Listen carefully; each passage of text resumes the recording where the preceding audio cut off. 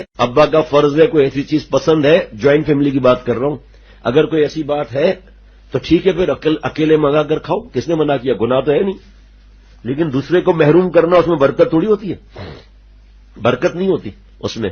کھا لیں گے، مزہ آ جائے گا، برکت نہیں ہوگی. برکت ہوتی ہے دعائیں سب کی لینے سے.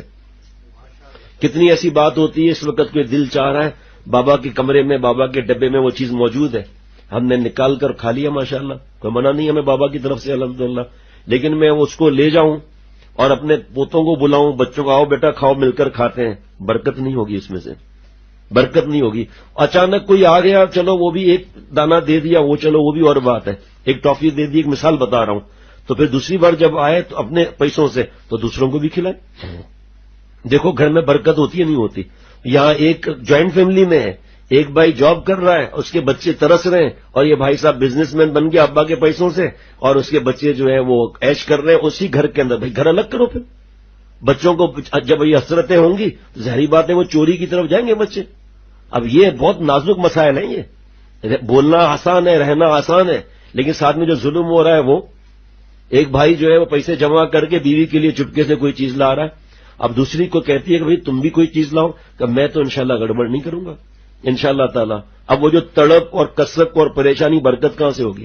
ہر وقت جھگڑے ہوں گے. پھر بابا نے اب تک، بابا کا یہ مزاج ہے، سب چیز برابری کی، سب چیز برابری کی. اتنی چیز ملی، فرض کریں اتنی چیز ملی، ایک مثال ہے، ہم جو بابا کے ساتھ بھائی ہیں وہ مل کر کھا لیے وہ الگ بات ہے، باقی جو ہے وہ جو ہوگا وہ سب کو تقسیم ہوگا، چاہے اتنا ملے. اب اس کی وجہ سے کیا ہوتا ہے، کسی کو شکایت نہیں ہوتی، کسی کے دل سے آہ نہیں نکلتی. اب میرے پاس آتے ہیں یہ مسائل اور سمجھاتا ہوں، کسی کو سمجھ میں آ جاتے ہیں، کسی کو سمجھ میں نہیں آتے، اور بچے بھی یہی بری عادت سیکھیں گے. بھائی برداشت کرو، جنت میں جا کر عیش کرو گے انشاءاللہ تعالی. اور ایسا ہی ہے تو ایک الماری تھوڑی بڑی بنا لو، چھوٹا اس میں فین لگا دو، اور اس کے بعد الماری میں جا کر وہ چپکے سے چیز کھا کے باہر آ جاؤ، منہ صاف کرتے ہیں، خریدتے ہیں، کچھ نہیں کرتے، میں تو الماری میں ضروری کام کر رہا تھا. یا اپنے جیب کو زور دو اور ویسی چیز اور منگاؤ. بچوں کو میں نے یہ اپنے لیے منگایا بابا کے پیسوں سے، اور جو بابا اماں جو بھی جس کے گھر کے حالات ہوتے ہیں، یا گھر کا بڑا تایا ہے، فرض کریں ایک مثال ہے، ایسے ہیں واقعات کہ گھر کے بڑے تایا ہیں، تو برابری نہ ہونے کی وجہ سے پھر غیبتیں، پھر لڑائیاں، پھر بہتان، پھر الزام، پھر جناب جو ہے وہ الزام کے بعد اب جھگڑے شروع ہو گئے. ارے کیا بابا نے کی پیاری بات یاد آئی، الحمدللہ. دو سگے بھائی پارٹنر تھے، تو ایک دن جو ہے وہ بڑے دونوں ساتھ دکان کھولتے تھے. ایک دن جو ہے وہ بڑے بھائی چھوٹے بھائی دکان پر گئے، تو بڑے بھائی نے کہا تالا کھولنے سے پہلے ہم دونوں علیحدہ ہو جاتے ہیں، ہماری پارٹنرشپ ختم. کہا بھائی خیریت تو ہے، کیا ہو گیا مجھ سے؟ کہا یہ دیکھو چونٹیاں لائن مکوڑے لائن لگا کر ہمارا اناج جو ہے، ہمارا جو بھی سامان رکھا ہے وہ ایک ایک دانہ کر کے لیتے جا رہے ہیں. تو یا تو میرے دل میں کھوٹ ہے یا آپ کے دل میں کھوٹ ہے، دونوں میں سے ایک دل میں کھوٹ ہے، جو ہمارا جو ہے وہ یہ مال اس طرح چوری ہو رہا ہے، گھٹ رہا ہے مال ہمارا. میں تو دعویٰ نہیں کرتا کہ میں کوئی صحیح ہوں یا کیا ہوں، لیکن یہ کہ اس کو جو ہے پارٹنرشپ ختم کرو اس کی ابھی آج کے بعد. تو بھائی کا اصل میں ایک بات بتاؤں کیا ہے، کیا میں چھوٹا بھائی ہوں، میری بیوی روز مجھے کہتی ہے کہ تمہارا بھائی دکان سے چرا کر لاتا ہے مال، کبھی اس کے گھر میں سوجی بن رہی ہے، کبھی اس کے گھر میں جو ہے وہ میدے کا وہ بن رہا ہے، کبھی آٹے کا میٹھا بنتا ہے وہ بن رہا ہے، اور ہم لوگ تو کچھ بنا ہی نہیں رہے. تو اس وجہ سے میرے دل میں آ گیا کہ میرا بھائی دکان سے مال چراتا ہے، اور شرعی عذر کے بغیر بہتان لگانا بہت بڑا گناہ ہے. تو اس کی نوست ہمارے کاروبار پر آئی ہے، مجھے معاف کر دیں، میں آئندہ ایسی بیوی کی باتیں نہیں سنوں گا کوئی بھی. تو کہا آپ میرے ساتھ آئیں. گھر کے اندر آیا، آواز لگائی کہ بیوی صاحبہ اپنے کمرے سے باہر نکل جائیں، مجھے اکیلے میں بات کرنی ہے کوئی بھائی سے. بیوی کمرے سے باہر نکل گئی.